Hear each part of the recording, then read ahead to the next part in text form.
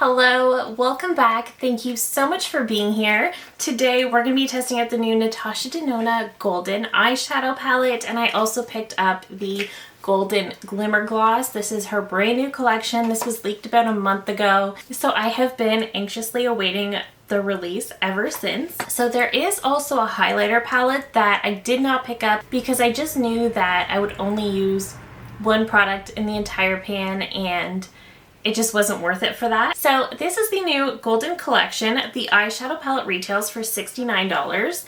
The highlighter trio retails for $55. And the Golden Glimmer Gloss Shimmering Lip Plumper retails for $29. So this is available now on the NATASHA DENONA website. I believe it's also on Beautylish, Ulta, and Sephora. Not Sephora Canada though, which is why it's a little late for me. So I actually wanted to start with the Golden Glimmer Gloss because I feel like I need a little something on the lips, and if I don't put this on now, I'm probably gonna forget. So this is supposed to be a sheer oil gloss formula with golden sparkles. So this is what the gloss looks like. It's really very pretty, and it's got a nice little doe foot. So I do just have a little bit of the Tower 28 multi-liner in the shade Fill Me In, just for a little bit of definition, but there's nothing on the center of the lips. Okay, I can see the little gold shimmers.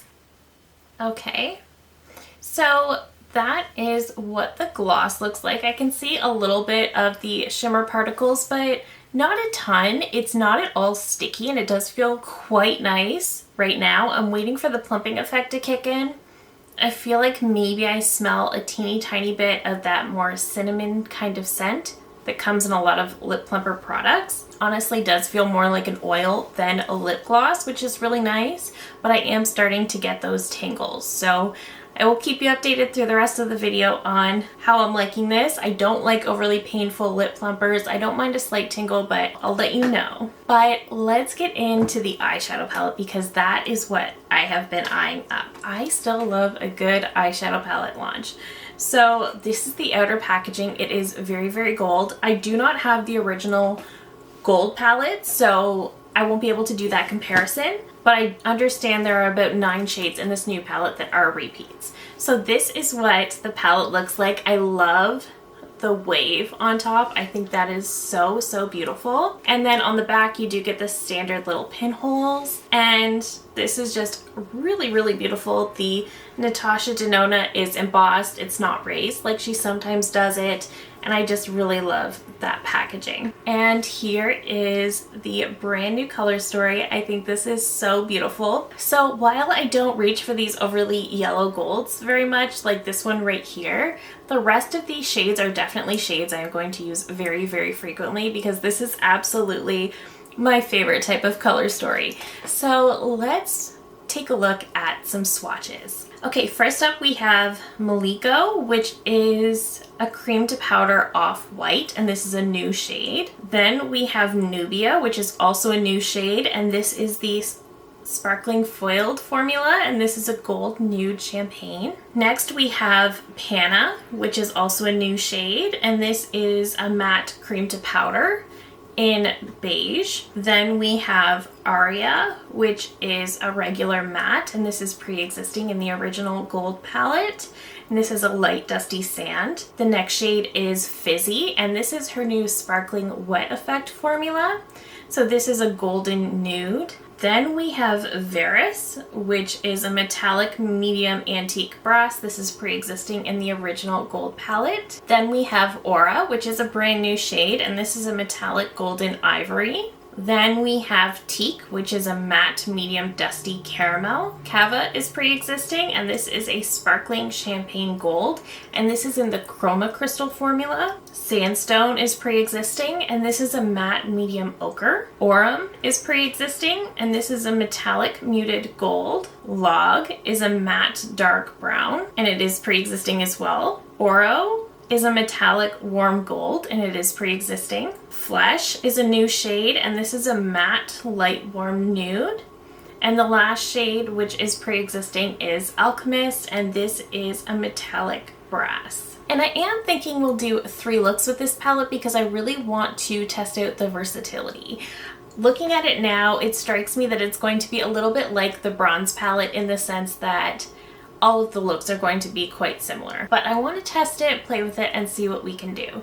So let me zoom you in and get to putting this on the eyes. All right, hello. So one thing to note about the lip gloss, it doesn't feel overly painful on the lips, but it is definitely irritating my lip lines. And you can see that it's kind of irritating the area because the area directly around my lips is getting really, really red. So it kind of looks like everything's smudged around there, which I don't love, but it's definitely irritating my lips. So I'm thinking the plumping effect is real. So I feel like right away I'm really having to think about this one so that I can make sure that I come up with 3 different looks. But I think to start, I'm going to go into Aria, buffing this one into the crease. I will note some of these mattes really didn't swatch the best, but as we know, that's not the most important thing. The most important thing is how they apply to the eyes, and NATASHA Denona's shadows have never disappointed me with the way they apply to the eyes. I'm really not liking how the gloss is kind of making the area around my lips red and kind of showing through my foundation, the rest of my makeup. I'm not loving that, but otherwise it's still pretty comfortable. It's not hurting very much at all. Okay, next I'm going to take some teak. I also noticed there's really only 1 deep matte in here, which I thought was kind of interesting. I did see her creating looks on a lot of different skin tones, so I know this palette definitely works, but I did think it was interesting that there's really only 1 deeper matte. I'm just adding a little bit more of Aria. I think I forgot to mention I have already primed my eyes with my Alter Ego eyeshadow base and just set it down with some powder. Okay, I'm going to grab a slightly denser brush and I'm going to go in to Log, and I'm going to put this one on the outer corner.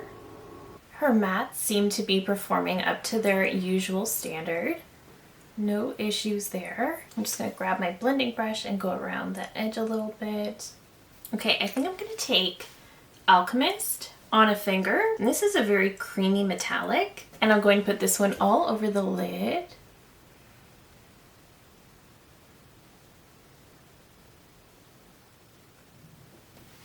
I do want to go back in with my brush and just kind of blend the edge a little bit. I made a bit of a mess.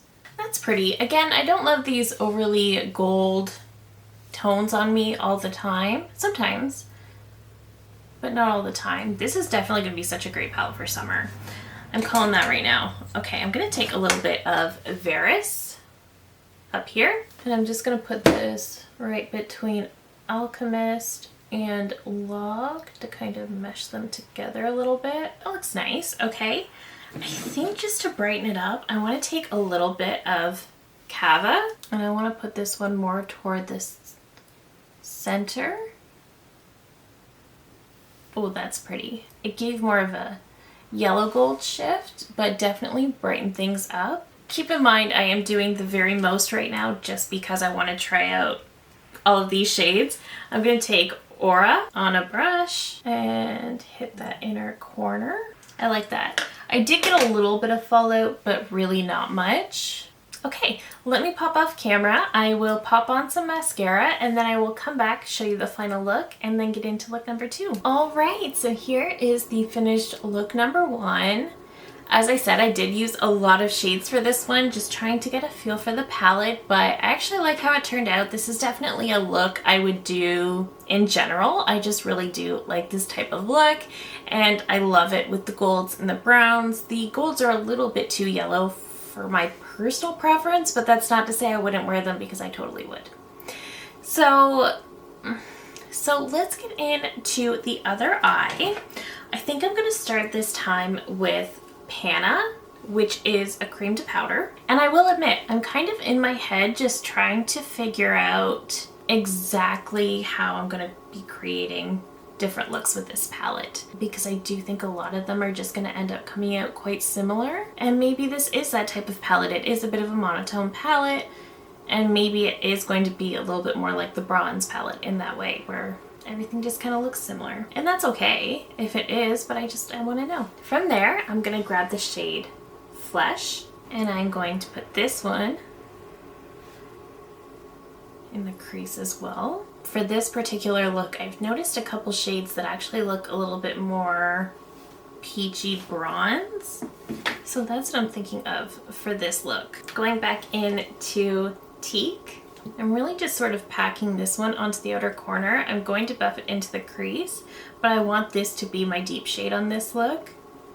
I don't want to go into Log just because I do find that one can be a little bit deep for me. Now I'm going to take Nubia on a finger, and this is in her Sparkling Foiled formula, which is my favorite shimmer formula from Natasha because I think it's just so beautiful. That's really pretty. It's still gold, but it's got a little bit more of a rose gold to it almost. It's kind of more peachy. Yeah, so it's like a gold nude champagne is how she describes it. Okay, and for this side, I think I'm going to take Maliko in the inner corner.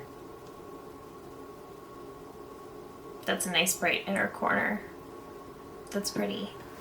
So again, this eye, much more simple, but I still really like it. I do like it a little bit better. This is kind of like nighttime, daytime kind of look if you want to go that way.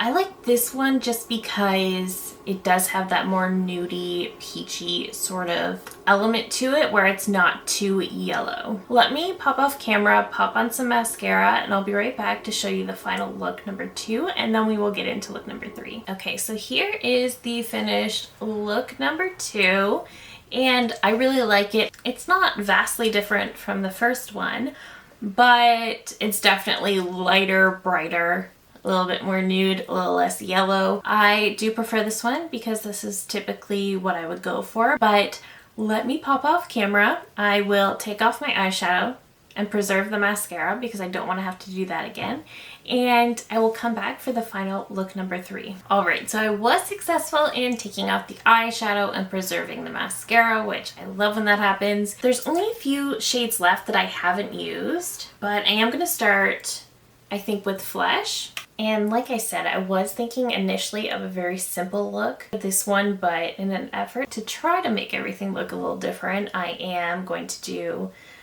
a halo eye instead. Also because I want to play with some of the shades I haven't tested yet. I feel like it's been a minute since I've done a dedicated eyeshadow palette review, and I have missed these videos.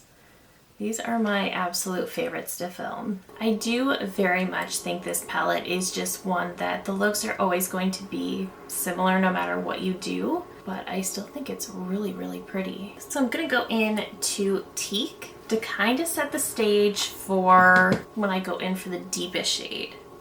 I just think Teak will give me a bit of a nicer transition into that.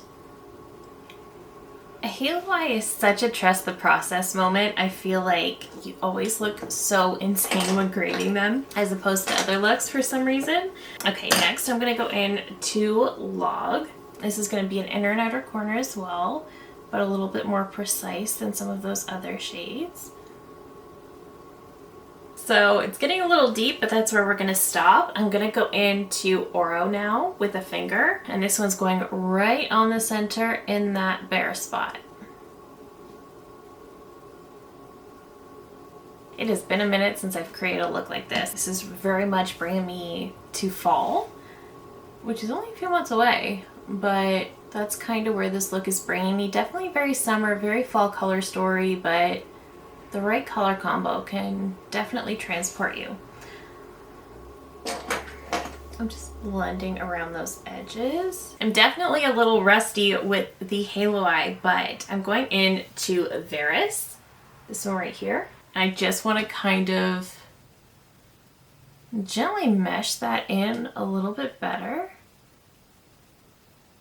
Just sort of help that be a little less harsh. And that's definitely doing what I want it to. I think I'm going to take a tiny bit of Kava, just right in the center, mostly close to the lash line. just to add a little extra sparkle. Okay, pretty. All right, let me clean this up and touch up my mascara if necessary, and I'll be right back to share some comparisons and my final thoughts. Okay, so here is the finished look. Definitely a little deeper and grungier than I'm typically going for lately. I think I liked look number 2 the very best, followed by look number 1, and number 3 was kind of my least favorite overall. So let's talk about this palette. Overall, I think it's absolutely beautiful, but you do have to like gold, and a lot of the looks are going to come out quite similar. This is a very monotone color story. When I initially saw this palette, I got goosebumps because I was so excited for this exact color story. No, it's not that exciting, but it's definitely a very me color story, so I was very excited for this.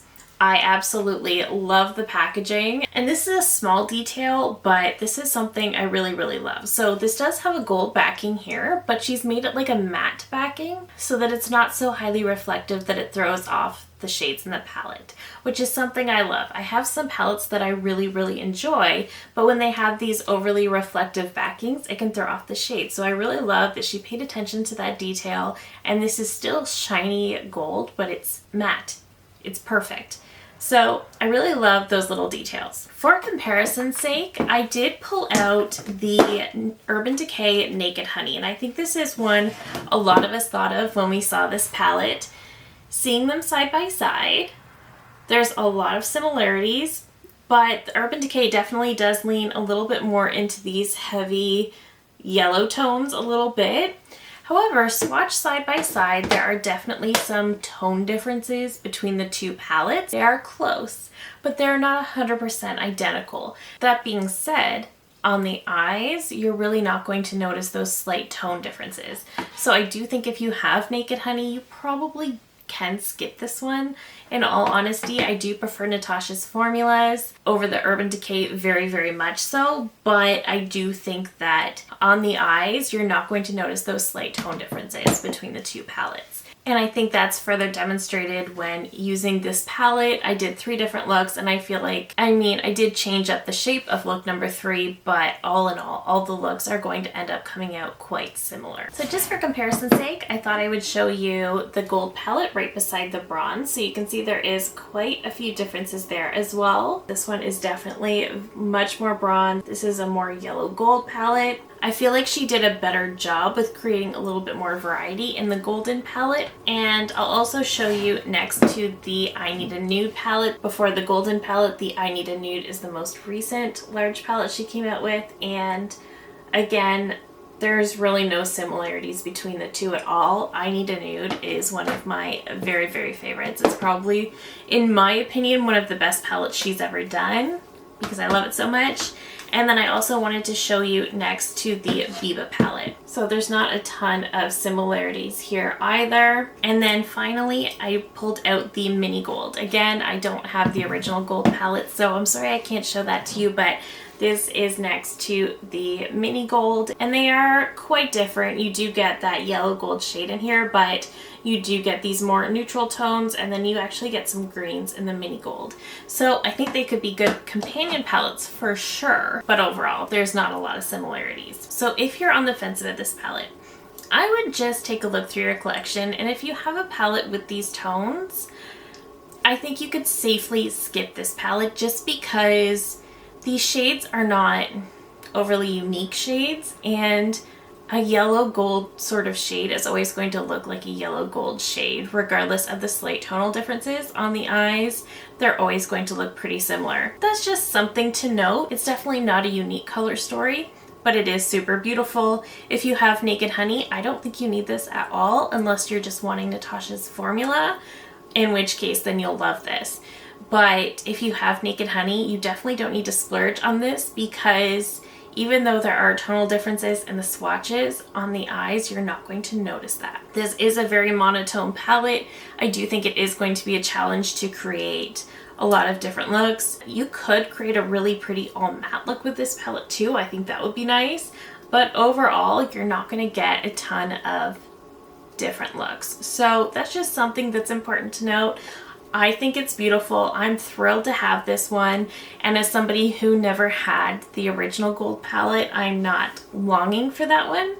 I love the outer packaging of this. And as for the gloss, the tingle kind of went away and it kind of stopped irritating my lips, but as I've been speaking, it's definitely lost a lot of shine. So I think the gloss is pretty and it's not a painful gloss at all. So if you don't like painful lip plumpers, then you might not mind this. This really isn't painful. It did for some reason just irritate the outer line of my lips, which was really weird, but that did eventually go away. I think this is pretty, but I probably could have skipped it. Again, I didn't purchase the highlighter palette because I wouldn't have got enough use out of it. The eyeshadow palette I absolutely had to purchase. I love this. I will definitely get a lot of use out of this. This is definitely a color story I'm going to be loving on, especially throughout the summer and into the fall. That is it for me today. Let me know down below if you're planning to purchase this one. Have you already? Let me know all of your thoughts. Are there any questions that I didn't quite answer? Let me know those too, and I will try to answer them for you. But I just love hearing from you guys in general, so leave me all of your thoughts down below. Again, if you are thinking of purchasing, you can use my code. If you do, thank you so much, but it is a one-time use code, so if you've already used mine, just use somebody's and save yourself 15%. If you're new here, I do upload new videos every single week. Thank you again so very much for watching, and I will see you in my next one. Bye!